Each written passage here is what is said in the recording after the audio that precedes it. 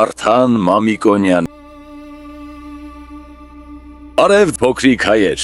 այսօր ես ձեզ կպատմեմ Հայաստանի սպարապետ Սուրբ Վարդան Մամիկոնյանի մասին։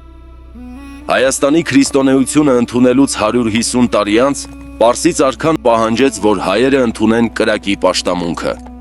Նա հրամայեց այրել բոլոր քրիստոնեական գրքերը և եկեղեցիները դարձնել մեհյաններ։ Պետք է շտապենք և տեղեկացնենք սպարապետին, որ եթե հայերը մերժեն Պարսից արքայի հրամանը, նա կգա Հայաստանի վրա պատերազմով։ Վասակ Սյունին արդեն ընդունել էր արքայի առաջարկը, և հայերի միակ հույսը Վարդան Մամիկոնյանն էր, Հայաստանի սպարապետը։ Մենք հայերս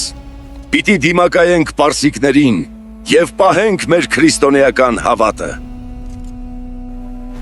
Եվ Վարդան Մամիկոնյանը հրավիրեց բոլոր նախարարներին և եկեղեցական առաջնորդներին ժողովի։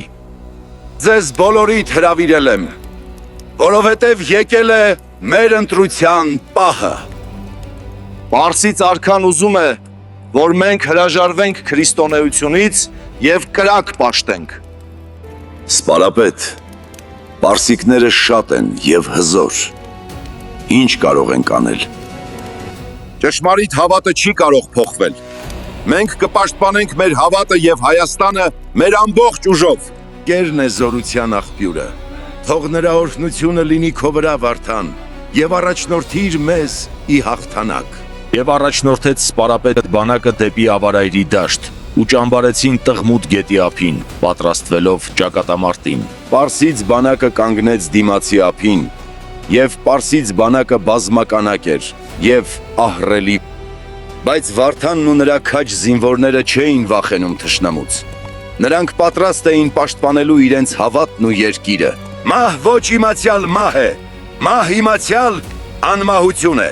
Եվ ուրեմն առաջ իմ քաջեր։ Ավարայրի ճակատամարտը ստիպեց Պարսից արքային այլևս երբեք չփորձել հայերին պարտադրել կրոնափոխ լինել։